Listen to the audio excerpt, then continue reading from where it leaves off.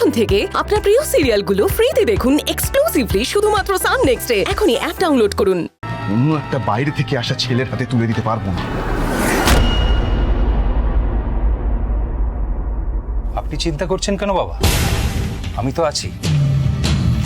এবার আমিও দেখব ওই স্বর্ণময়ী সান্যাল কি করে তার আদরের লোকজনকে কাজে লাগিয়ে এই বাড়ির বংশধরকে খুঁজে পেতে পারে।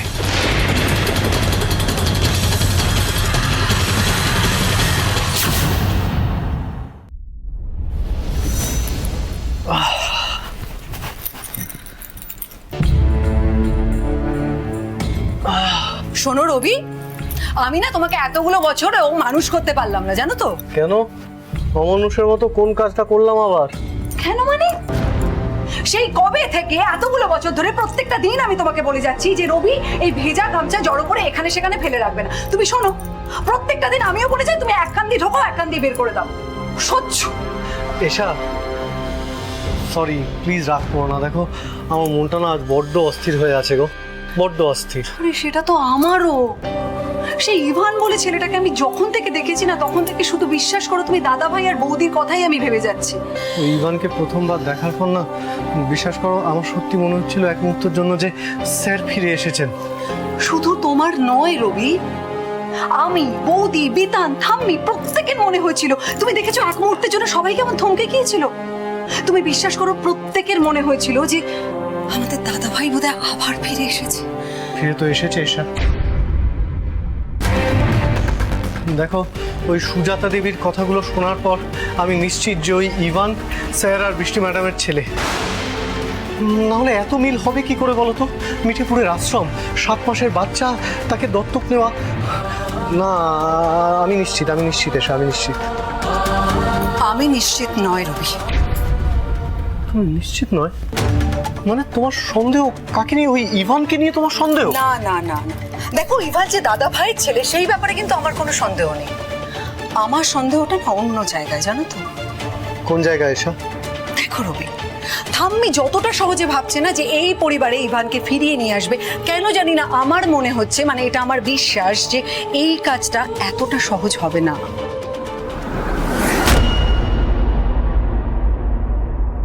সেটা আমিও জানি এসা। তোমার পিসিমণি, পিসান আর বাবা, এরা এত সহজে মেনে নেবে না এই ব্যাপারটা।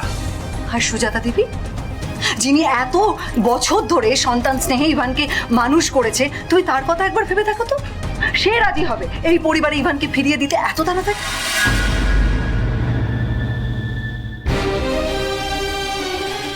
তিনি তিল তিল করে তার সমস্ত স্নেহ ভালোবাসা দিয়ে ইভানকে বড় করে তুলেছে।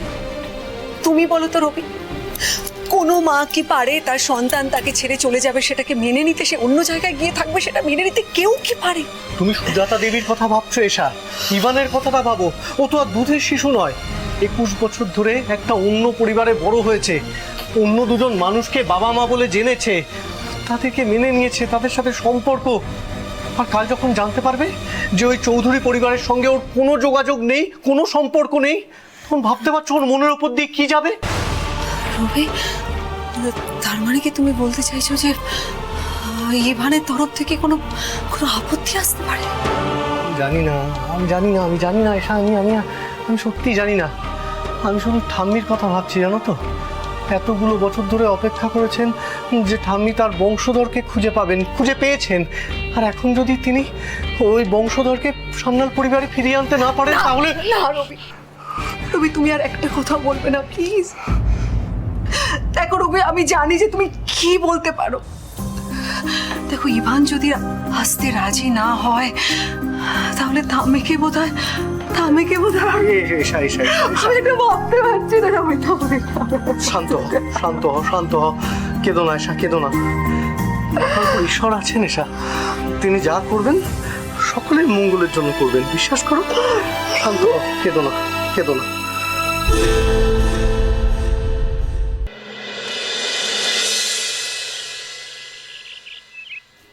এই পিয়ালি, হ্যাঁ বাবা, আজকে তোর কি কাজ আছে বলতো? ওই তো বিকেল বেলার দিকে ভাবছিলাম টেলারিং এর কিছু অর্ডার নিতে যাব। কেন বাবা? মিতালি তোর? হ্যাঁ, আমার তো সন্ধ্যাবেলা একটা টিউশনই আছে, আরে ওই বিট্টু আছে না, ওকে পড়াতে যাব। মানে তোদের সেরকম কোনো ইম্পর্টেন্ট কাজ কিছু নেই? বাবা, ইভানের কাজ আছে কিনা সেটা কিন্তু বলতে পারবো না। না, ইভানের ব্যাপারটা আমি দেখে নিচ্ছি। আসলে কি বলতো, আমি ইভানের জন্য একটা প্ল্যান করছিলাম। ছেলেটা তো চাকরি পেল, ভাবছিলাম যে আজকে দক্ষিণেশ্বরে গিয়ে মায়ের কাছে একটা পুজো দিলে কেমন হয়। দারুণ হবে বাবা। তারপর আমরা ওখান থেকে বেলুড় মঠে ঘুরে আসবো। হ্যাঁ, কিন্তু তার আগে তোর মার সঙ্গে কথা বলতে হবে, দেখি তার কি প্ল্যান আছে। কোথায় তোর মা? কোথায়? মা তো ঘরে আছে। আচ্ছা দাঁড়াও, আমি ডেকে দিচ্ছি। এটা গৌতম চৌধুরীর বাড়ি না? আমি গৌতম চৌধুরী। আপনি কাকে খুঁজছেন বলুন তো?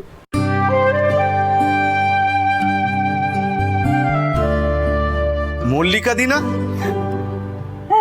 যাক, চিনতে পেরেছেন তাহলে।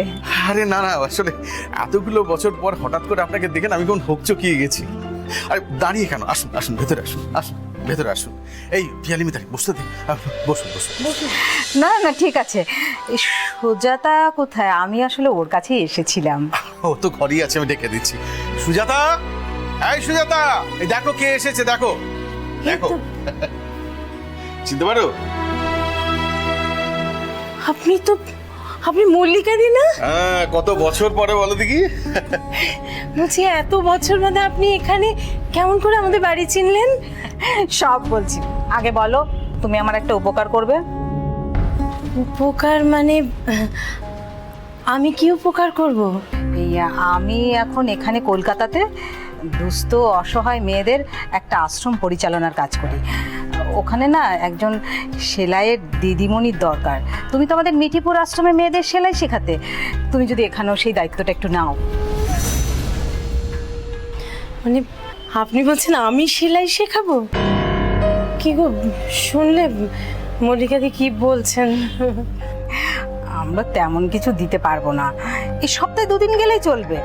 আর তোমাদের বাড়ি থেকেও আমাদের আশ্রমটা কাছেই। ও গন্তব্যদা, একটু বলুন না। তার আগে আপনি কেন আমাদের সঙ্গে এইভাবে কথা বলছেন বলুন তো? এত বছরের পরিচয় কেউ এইভাবে? সুজাতা, তুমি রাজি হয়ে যাও। আচ্ছা ঠিক আছে। তোমাকে যে কি বলে ধন্যবাদ দেব।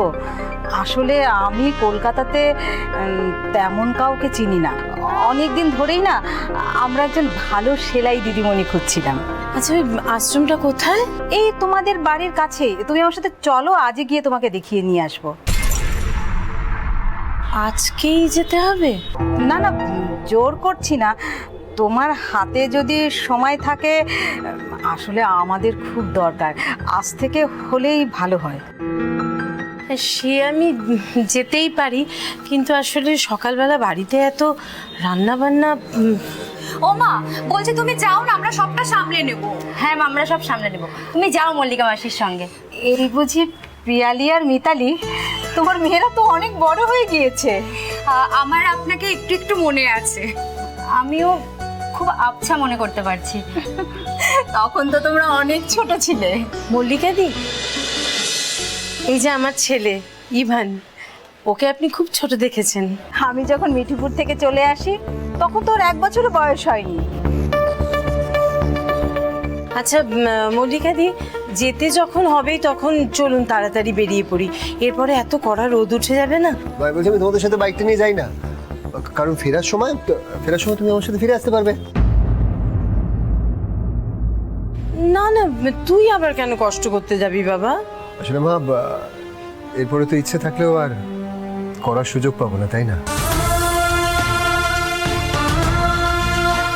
ইভান কিন্তু ঠিক কথাই বলেছে সুজাতা।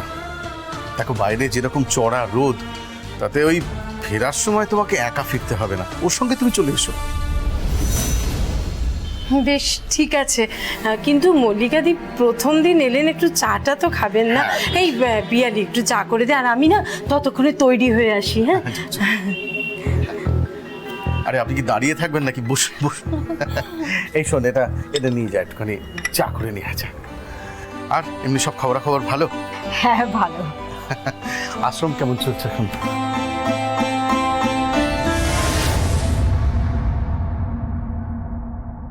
আচ্ছা চপলা, আজকে ব্রেকফাস্টে কি কি বানিয়েছিস রে? এই তো স্যান্ডউইচ, ডিমের পোচ আর জুস আছে।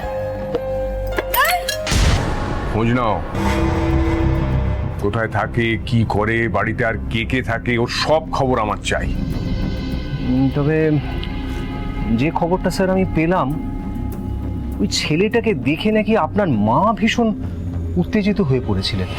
ও হ্যাঁ, এটাও জানতে পারলাম যে ওই যে আপনি একটা মেয়ের খবর আনতে আমাকে পাঠিয়েছিলেন না ল কলেজের, ওই যে কি যেন নাম, হ্যাঁ মেঘলা ঠাকুর, সেও নাকি কালকের ওই অনুষ্ঠানে ওখানে উপস্থিত ছিল। তুমি আমাকে যা যা বললে সমস্ত ইনফরমেশন আমার জানা। ইভান ওই মেঘলা ঠাকুরের খুব বন্ধু, ওর সঙ্গে দেখা করতেই ওখানে গিয়েছিল। তোমাকে খালি খবর নিতে হবে যে এগুলোর কতটা সত্যি আর কতটা মিথ্যে। বলছিলাম স্যার, আপনি কি কিছু সন্দেহ করছেন? সন্দেহ নয়, আমি নিশ্চিত প্রত্যেকটা ঘটনা একে অন্যের সঙ্গে জড়িত, কেউ পেছন থেকে প্ল্যান করে এই সমস্ত ঘটাচ্ছে। কি বলছেন কি স্যার, প্ল্যান করে? এক্স্যাক্টলি। ওই ল কলেজে আমার গাড়ির সামনে অবরোধ, ল কলেজে পুরস্কার দিতে গিয়ে আমার মায়ের অজ্ঞান হয়ে যাওয়া, আর তারপরে ওই পয়লা বৈশাখের অনুষ্ঠানে আমার মাকে কিডন্যাপ করার চেষ্টা। ওখানে একটাই কমন ফ্যাক্টর। স্যার আপনার কথা শুনে তো মনে হচ্ছে মেঘলা ঠাকুর। মেঘলা ঠাকুর। তোমাকে খোঁজ নিতে হবে ওর কি উদ্দেশ্য, কেন এই সমস্ত ঘটনার সঙ্গে একটার পর একটা ও জড়িয়ে যাচ্ছে। স্যার আমি কিন্তু আগে এভাবে কখনো ভেবে দেখিনি। এবার ভাবতে শুরু করো তরুণ, ভাবতে শুরু করো। ও তবে তার আগে ওই ছেলেটা ইভান, ওর ঠিকুজি কুষ্টি সব আমার চাই।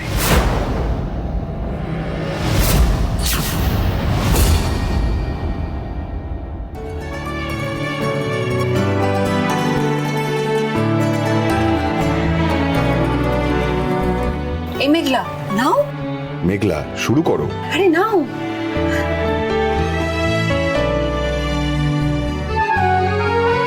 থাম্মি, ও থাম্মি, বলছি এবার তো তুমি সব জেনে গেছো, তোমার এতদিনের অপেক্ষা সব শেষ হয়ে গেছে। এবার একটু মিষ্টিমুখ করো। প্লিজ থাম্মি, প্লিজ। না এশা, আমার আসল কাজটাই তো এখনো শেষ হয়নি। সেটা যতক্ষণ না হচ্ছে আমি কিছু খেতে পারবো না। আবার কি কাজ দিদুন? বাবা ওঙ্কারানন্দ আমাকে একটা কাজের দায়িত্ব দিয়েছিলেন, সেই কাজটা তো আমাকে সম্পূর্ণ করতে হবে বিতান। তোর মাধ্যমেই সেই বংশধর একদিন সান্যাল পরিবারে তার অধিকার বুঝে নেবে। জানি ঠাম্মি, আপনি এ কথা আগেও বারবার বলেছেন, তবে ঠাম্মি আমার মনে হয় সে কাজ আপনার জন্য যথেষ্ট কঠিন হবে। সে কথা আমি জানি রবি, সেই কাজটা করতে গেলে আমাকে যে আরো একটা ধাপ এগোতে হবে। দেখুন, আমি এতক্ষণ কোনো কথা বলিনি, মানে অবাক হয়ে শুনে যাচ্ছিলাম। আমার তো পুরো বিষয়টা গল্পের মতো মনে হচ্ছে। মেঘলা দেখো, সবটাই কিন্তু তোমার জন্য সম্ভব হয়েছে। তুমি যদি সেদিন ইভানকে না ডেকে পাঠাতে, তাহলে কিন্তু থাম্মির সাথে কখনোই ইভানের আর দেখাই হতো না, তাই না রবি? একদম ঠিক। আর সেদিনই তো দিদুন বলছিল যে মেঘলা আমাদের সাক্ষাৎ লক্ষ্মী। আপনি আরো এক ধাপ এগোনোর কথা বলছেন, সেটা কি? মানে সবটা শুনলাম তো, কৌতূহলী হয়ে প্রশ্নটা করে ফেললাম, আপনারা প্লিজ কিছু মনে করবেন না। তোমার সব প্রশ্নের উত্তর আমি দেব মেঘলা, কিন্তু তার আগে আমাকে তো জানতে হবে আমি যদি কাউকে কিছু দিতে চাই সেটা দেওয়ার অধিকার আমার আছে কিনা। ঠিক বুঝতে পারলাম না দিদুন। সব বুঝবি বিতান, তবে এখন তোরা ইভান আর সুজাতাকে একটু আমার সঙ্গে একা থাকতে দে। তোরা বরং ততক্ষণ পাশের ঘরে গিয়ে একটু কথাবার্তা বল।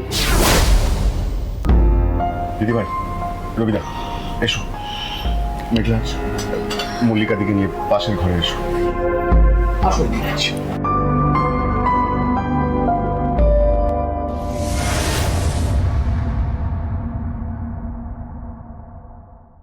সুজাতা, তুমি নিশ্চয়ই সবটা বুঝতে পেরেছ।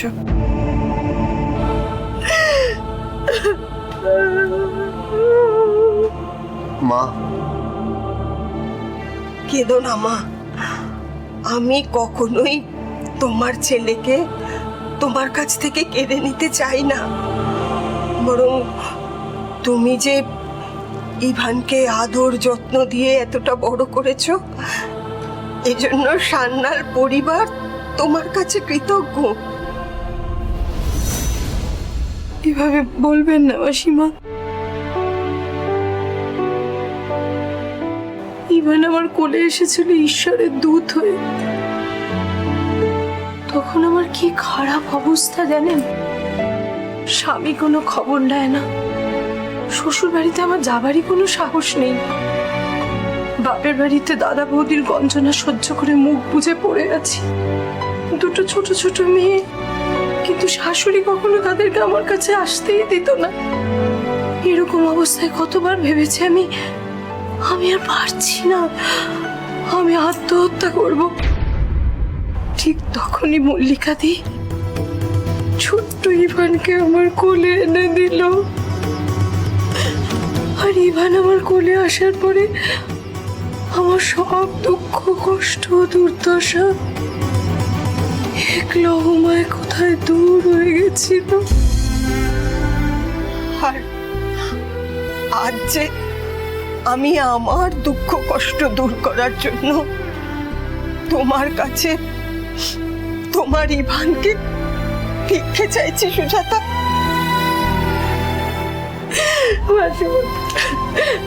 মাসিমা, এই অনুরোধ আপনি আমাকে করবেন না, দয়া করে করবেন না। আমি আমার ইভানকে ছেড়ে কেমন করে থাকবো বলুন তো, কেমন করে? সুজাতা, তুমি আমার দিকে একবার তাকিয়ে দেখো। এই 21 বছর ধরে আমি অপেক্ষা করে আছি যে আমার ওমের ছেলে আমার বাড়িতে, আমার পরিবারে ফিরে আসবে। আমি তোমার কাছে হাত জোর করছি সুজাতা, তুমি সান্যাল পরিবারকে তাদের বংশধর ফিরিয়ে দাও। আমি কি করে পারবো বলুন তো? 7 মাস বয়স থেকে আমি ইভানকে বুকে করে মানুষ করেছি মাসিমা। আমি একদিনের কথায় কেমন করে মানবো যে ও আমার ছেলে নয়? তুমি যখন খুশি আমাদের বাড়িতে আসবে, ইভানের সঙ্গে দেখা করবে, আর ইভানও মাঝে মাঝে তোমার কাছে গিয়ে থাকবে। কিন্তু সুজাতা, তুমি একটা কথা ভেবে দেখো, ওর তো পরিবার আছে, আত্মীয় স্বজন আছে, তাদের স্নেহ ভালোবাসা থেকে তুমি কেন ওকে বঞ্চিত করবে?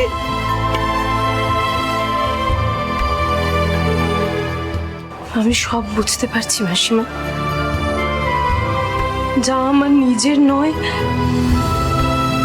তাকে তো আমার অন্যের হাতে তুলে দিতেই হবে। একটু আগে আপনি ওই শ্রীকৃষ্ণের যশোদা মায়ের কথা বলছিলেন না, আমি তো সেই যশোদা মা, যাকে অন্যের সন্তান তার হাতে তুলে দিতে হবে। কারণ আমি তো ওকে জন্ম দিইনি জন্ম, তাই না? এইভাবে বলো না সুজাতা, ইভানের তো মা নেই, তাই তুমি সারা জীবন ওর মা হয়ে থেকে যাবে। কিন্তু তুমি ওকে সান্যাল পরিবারে ফিরিয়ে দাও, ওর পরিবারে ওর অধিকারটা ওকে বুঝে নিতে দাও। এই কাজটার জন্যই তো আমি এত বছর ধরে বেঁচে আছি। আমার ওমের সন্তানকে আমি সান্যাল পরিবারে ওর অধিকারটা ফিরিয়ে দেব। এটাই তো ছিল বাবা ওঙ্কারানন্দের ভবিষ্যৎবাণী। জানেন মাসিমা, জানেন আমরা না তোমার সামনে দাঁড়িয়ে আছে শ্রীমতী মেঘলা ঠাকুর। না মানে কিছুদিন বাদে অবশ্য মেঘনা সান্যাল হয়ে যাবে। সান্যাল হবে কারণ হচ্ছে আমি তো এখনো ইভান চৌধুরী না, আমি ইভান সান্যাল। তাই বড় ঠাম্মি আমার স্ত্রীও মেঘনা সান্যাল।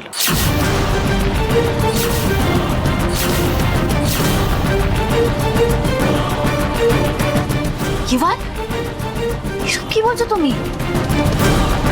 দেখো দেখো দেখো দেখো বড় ঠাম্মি, তুমি চোখের সামনেই দেখো। এই তোমাকে বলে দিচ্ছি গোপন কথা, কি রেগেই গেছে আমার উপর। ভান, আমি কিন্তু তোর পছন্দের তারিফ করছি।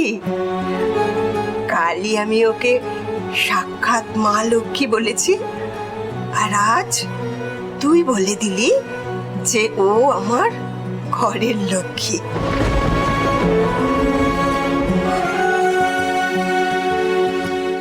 মেঘলা মেঘলা মেঘলা লজ্জা পেয়ে গেছে খুব। সেটাই তো স্বাভাবিক। যাই হোক, তাহলে ইভান তুই কালকে আমাদের বাড়ি আসছিস তো? কালকেই? কেন, কাল কি তোর কোনো অসুবিধে আছে? আমি সুজাতাকে বলে দেব। না না না না, অসুবিধে নেই।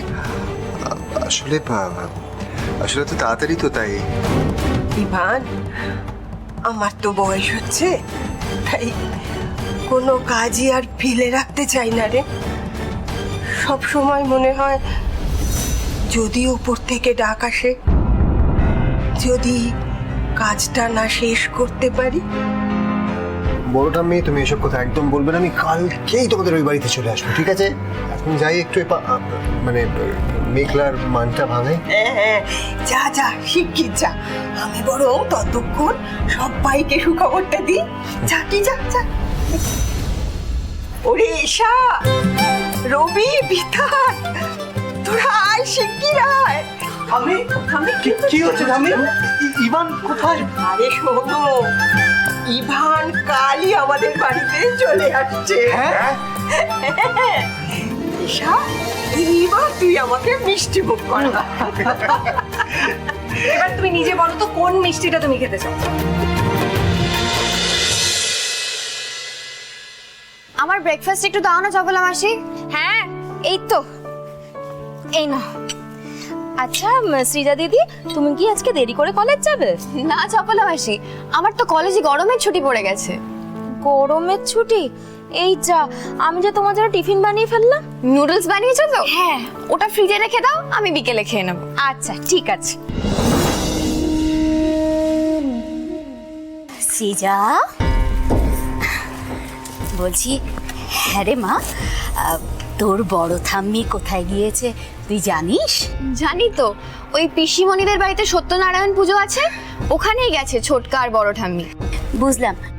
তা সৃজা, আজ তো তোর কলেজ ছুটি, তা বিতান তোকে নিয়ে গেল না? এসাও তোকে যেতে বললো না? পিসি ঠাম্মি, ঠিক কি জানতে চাইছো বলো তো? পিসিমণি আমায় কেন নেমন্তন্ন করেনি, নাকি বড় ঠাম্মি আমায় কেন নিয়ে গেল না? আরে না না, দেখ তুই হলি গিয়ে আমাদের বাড়ির একমাত্র মেয়ে, তাও আবার সবার ছোট। তুই আমাদের কত আদরের বলতো। আসলে কি বলতো, এসা তোকে তো নেমন্তন্ন করলো না, ওটা ভেবেই খুব খারাপ লাগছে রে। হয়তো ওখানে যাওয়াটা আমার ঠিক হবে না, তাই বলেনি। ঠিক হবে না? কেন এরকম কথা বললি সৃজা? না মানে ওখানে কি পুজো ছাড়া আরো অন্য কিছু হবে? আরে সেটা আমি কি করে জানবো? আর পুজোর বাড়িতে পুজো ছাড়া আর কি হবে বলো তো? না, হয়তো ওই ছেলেটা আসবে। কোন ছেলেটা? আরে ওই ছেলেটা যার কথা বারবার শুনছি, আরে যে নাকি দিদুনকে বাঁচিয়েছে, আবার যে নাকি দাদা ভাইয়ের মতো অবিকল দেখতে। ওসব আমি জানি না। তিতলি পিসি, আমি বরং এখন আসি, আমার না অনেকগুলো অ্যাসাইনমেন্ট জমে আছে। সৃজা, বলছি তুই তো যাবি মা, কিন্তু আজকে তো তোর সারাদিন ছুটিই আছে, কলেজ বন্ধ, তুই কিন্তু পড়ার অনেক সময় পাবি। দেখ, আমরা কিন্তু অনেক দিন কোনো গল্প করিনি, আজকে সবাই মিলে একসাথে একটু কথা বলি। সৃজা, বলছি মেঘলা বলে মেয়েটা এই বছরই তোদের কলেজ থেকে পাস আউট করলো না? তুই ওকে চিনতিস না? না, আগে চিনতাম না। আসলে আমাদের যখন ভর্তি হয় তখন ওদের ফাইনাল পরীক্ষা হয়ে গেছে।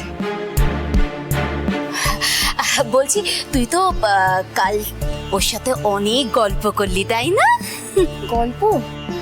না, তেমন কিছু না, ওই খেতে বসার সময় যেটুকু। তারপর তো বড় ঠাম্মি মেঘলা দিদিকে নিয়ে নিজের ঘরে চলে গেল। বলছি আরেকজন ভদ্র মহিলা এসেছিলেন, উনি কে রে? কেন আমাকে এত প্রশ্ন করছো বলো তো? আমি এসব কিছু জানি না। শ্রীজা দিদি, তোমার কি সব কাপড় জামা কাপড় দেওয়ার কথা ছিল না? তুমি না এখনই দিয়ে দাও, বুঝলে? আমি যাই লন্ড্রি থেকে ঘুরে আসি। চপলা, হ্যাঁ, তোমার এখনই লন্ড্রিতে যাওয়ার দরকার পড়লো? তিতলি দিদি, আসলে আমি তো আর শুয়ে বসে থাকি না, বলো? আমার তো অনেক কাজ থাকে, তাই যখন হাত ফাঁকা থাকে তখন আমি বাইরের কাজগুলো সেরে আসি। তারপর তো আবার এসে রান্নাও বসাতে হবে। সৃজা দিদি, আর দেরি করো না, চলো কাপড় জামাগুলো দেবে, চলো।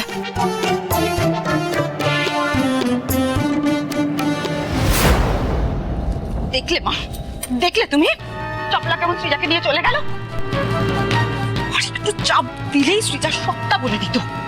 না না তিতলি, আমার মনে হয় সৃজা পুরো ব্যাপারটা ভালোভাবে জানে না। তবে তবে আমি নিশ্চিত যে ওই মেঘলা মেয়েটার সাথে ওই ইভান ছেলেটার নিশ্চয়ই একটা গভীর সম্পর্ক রয়েছে। মেঘলা, মেঘলা, মেঘলা, মেঘলা, কথাটা শুন। ওকে, কথাটা শুনুন, এত রাগ করার আছে কি? আপনার ভালোর জন্যই তো আমি বলেছি। আমার ভালোর জন্য? হ্যাঁ। কিসের ভালো? কি সুবিধা আছে এটাতে? আচ্ছা ম্যাডাম, আপনি আমাকে বলুন যে আপনি ওই অলোকেশ চ্যানেলের বাড়িতে আমাকে কেন পাঠাচ্ছেন? বলুন। আমি অলোকেশ সান্যালের উপর প্রতিশোধ নিতে চাই। এক্স্যাক্টলি ম্যাডাম, কিন্তু ম্যাডাম একটা সমস্যা আছে। ওই অলোকেশ সান্যাল হচ্ছে শিক্ষামন্ত্রী ম্যাডাম। ধরা তো দূরের কথা, আপনি ওনাকে ছুঁতেও পারবেন না। আমার তো ধরা ছোঁয়ার কোনো দরকার নেই, আপনি তো ওই বাড়িতে থাকবেন। বলছি ম্যাডাম, ধরুন কাউকে দিয়ে কোনো কাজ, মানে বায়ো মিডিয়া কোনো কাজ করাতে গেলে তো ঠিক মতো নাও হতে পারে। মানে এর থেকে বেটার না যে নিজে নিজে সেই কাজটা করলে সেটা বেটার হয়। আমি ঠিক বুঝলাম না। আরে ম্যাডাম, আপনি আমাকে একটা কাজ করতে বললেন, ধরুন আমি সেই কাজটা করলাম, কিন্তু আপনি যেভাবে বললেন হয়তো কাজটা আমি সেইভাবে করতে পারলাম না, তাহলে মানে সেখানে আপনি থাকলে অনেক সুবিধা হয়। তাই বলছি, এটা একটা বড় সমস্যা। আর সেই সমস্যার কি সমাধান ভাবলেন শুনি? ম্যাডাম, খুব সহজ। ধরুন আপনিও আমার সঙ্গে যদি ওই বাড়িতে থাকেন, তাহলে আমরা দুজনে মিলে একসঙ্গে কাজটা করতে পারবো। আমি ওই বাড়িতে কি করে থাকবো? খুব সিম্পল ম্যাডাম, জাস্ট আমাকে বিয়ে করে। হোয়াট? আমি আপনাকে বিয়ে করব? কেন, কবে, কখন? মানে কালকে সকালবেলা স্বর্ণময়ী সান্যাল আমাকে ওই বাড়িতে যেতে বলেছেন, আপনি ওর সঙ্গে যাবেন। আর আপনার কি মনে হয় ওই বাড়ির সবাই সেটা মেনে নেবে? না, মানবে না, বাট ধরুন আমি যদি সবাইকে বলি যে আজকে সকালবেলা আমি আপনাকে বিয়ে করছি, তাহলে নিশ্চয়ই সবাই মেনে নেবে। আপনাকে আমি বিয়ে করব? ম্যাডাম, আসল নয়, নকল বিয়ে। এবার কি পুরো বিষয়টা আপনার মাথায় ঢুকলো?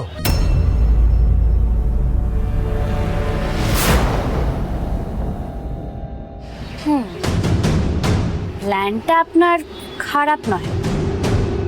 ম্যাডাম, বলছি যে অ্যাটলিস্ট একটা থ্যাংক ইউ তো বলতে পারে। আগে ওই বাড়িতে ঢুকি, তারপর বলবো। এখনো সন্দেহ ম্যাডাম? কাজটা যতক্ষণ না পুরোপুরি হচ্ছে ততক্ষণ তো সন্দেহ থাকবেই। ওকে ম্যাডাম, তাহলে কালকে আমরা সকালবেলা মন্দিরে বিয়ে করছি, তারপর সান্যাল বাড়ি যাচ্ছি, ঠিক আছে?